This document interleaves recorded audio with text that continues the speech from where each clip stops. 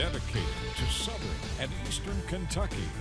This is WYMT Mountain News at 5:30.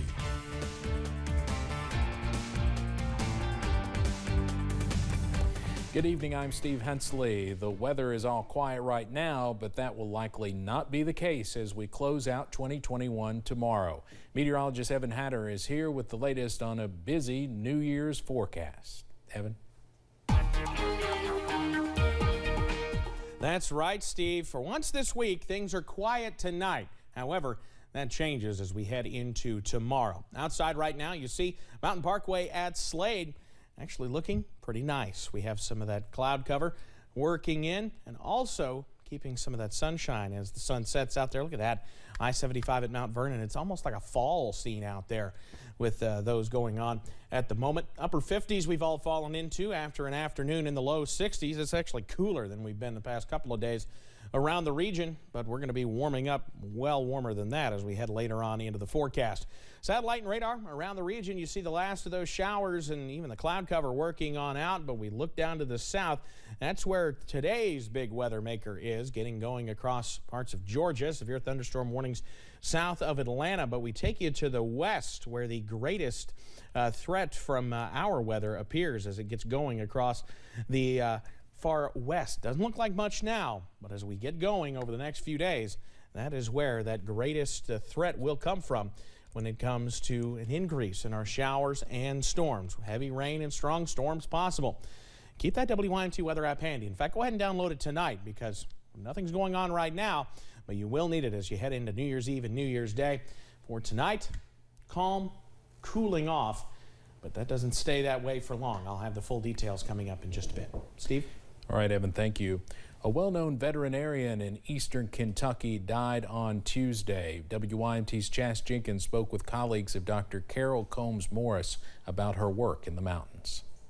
A passion for animals and a master of her craft. It was nothing strange to tell her, don't go into the kennel with that dog because he may bite, and then you would find her sitting in the kennel with the dog. All while keeping an impressive work ethic, working with several clinics across the region. Carol's work ethic was second to none. She wanted to help everything and everybody. And I think that's what the community is going to miss the most about her. Lending a helping hand to pet lovers everywhere. There's a lot of people who are just trying hard to get by themselves, let alone taking care of pets. And she extended that hand out to those who couldn't necessarily afford the best of everything, but could afford the things that they needed to take care of their pets. Receiving that same appreciation from the Commonwealth. I spent a little while at her clinic when her vet tech was out having a baby, and there were people that just came from all over to her clinic. An inspiration to many vets in eastern Kentucky. Working with Carol, I see somewhat myself in her. Even as we worked, I saw that little girl who loved animals. And that's not something that you can take out of people very easily. A fighter for animals that will not be forgotten. Chas Jenkins, WYMT Mountain News. Several organizations are raising money in honor of Dr. Combs Morris. That includes the Kentucky River Regional Animal Shelter, Floyd County Animal Shelter, Dumas Rescue, and Lou's Place for Pets. COVID cases are hitting record highs across much of the country. The U.S. averages more than 277,000 new cases a day and counting. The CDC is advising against cruise travel now, regardless of vaccination status, and is hoping people will take health into consideration when it comes to New Year's celebrations. This thrust with Omicron over the next 6 to 8 weeks is so significant. Please, just let's get us through this one. And then I think we're going to see a light at the end of the tunnel through the rest of the year. Final preparations are underway in Times Square for a scaled-down New Year's Eve celebration limited to a vaccinated, masked crowd of 15,000 revelers. Large-scale New Year's Eve celebrations have also been canceled in cities across much of Europe, in cities such as London and Berlin. One Floyd County family is praying for a miracle, and in the meantime, their Martin community is trying to offer whatever help they can. Though they are spending the holidays in the hospital, WYMT's Buddy Forbes shows us how they are finding hope from home. Hush, little baby, don't say a word.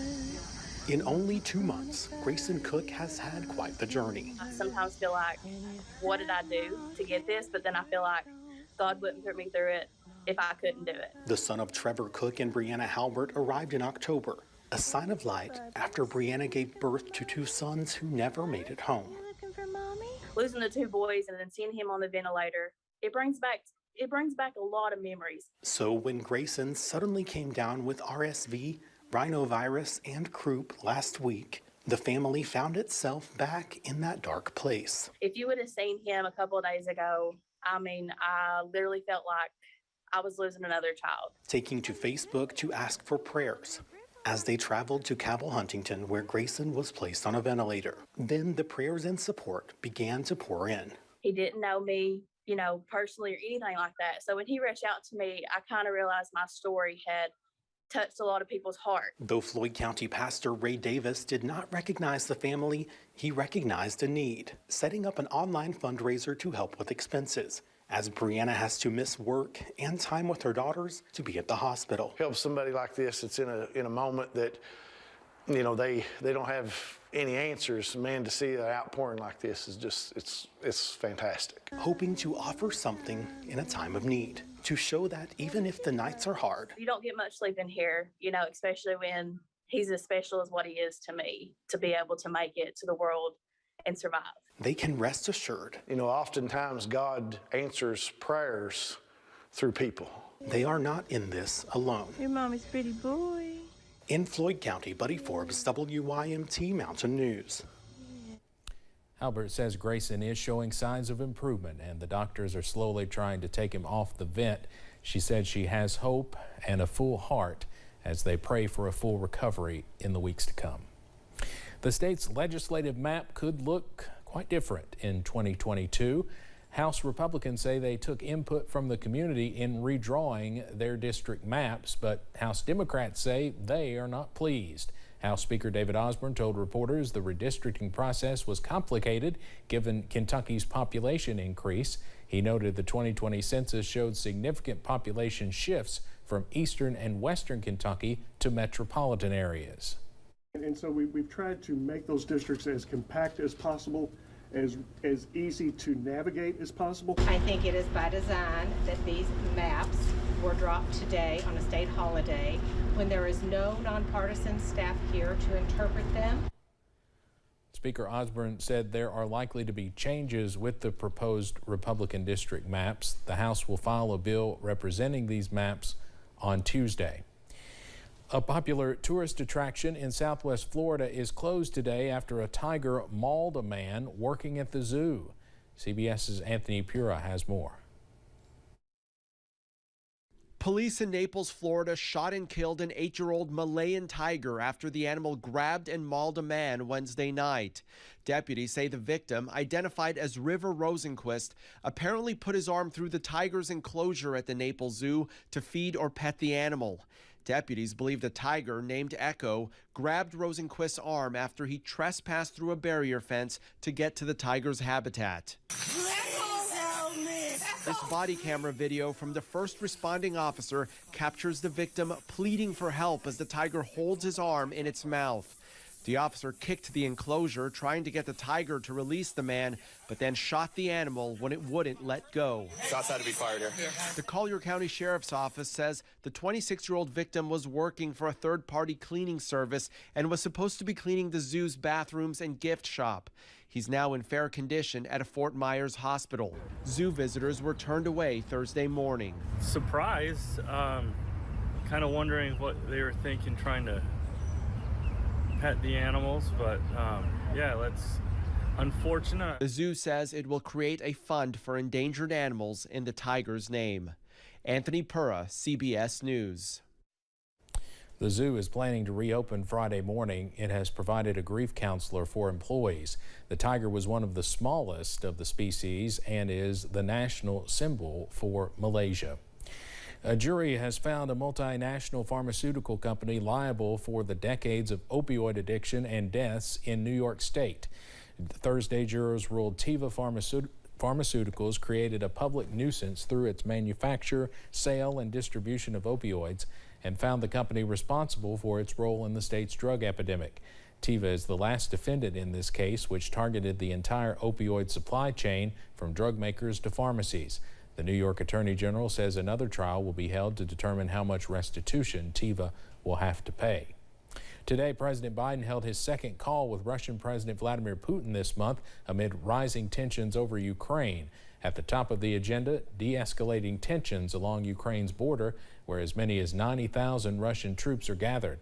Former U.S. Ambassador to Ukraine William Taylor says he expects the real negotiations toward de-escalation to begin in January when U.S. and Russian officials meet in Geneva. I would assume this is an information passing event. Negotiations don't happen and are not going to succeed unless and until the Russians withdraw some troops. With U.S. intelligence warning Russia could attack as soon as next month, Ukrainian forces have begun training civilians to defend the country. Missing from today's call was the leader of Ukraine, who met Wednesday with U.S. Secretary of State Antony Blinken. The White House says there are plans for President Biden to speak with the Ukrainian president soon. Tesla has recalled 475,000 vehicles due to camera and front trunk issues. The automaker says the technical defects may increase the risk of accidents. Two separate recalls are in place. One impacts Model 3 cars made between 2017 and 2020. The company says over time a cable may separate, blocking the rear view camera feed. The other affects more than 119,000 Model S cars that have a faulty trunk latch. The issue could result in the hood opening unexpectedly. Coming up on Mountain News at 5:30, your ability to vote is still being debated in Congress. How the fate of two pieces of legislation could impact a big 2022 election year. And a stormy start to 2022 as showers and storms work back in. Some could be on the strong side with heavy rain the main threat. I'll have the breakdown on the way.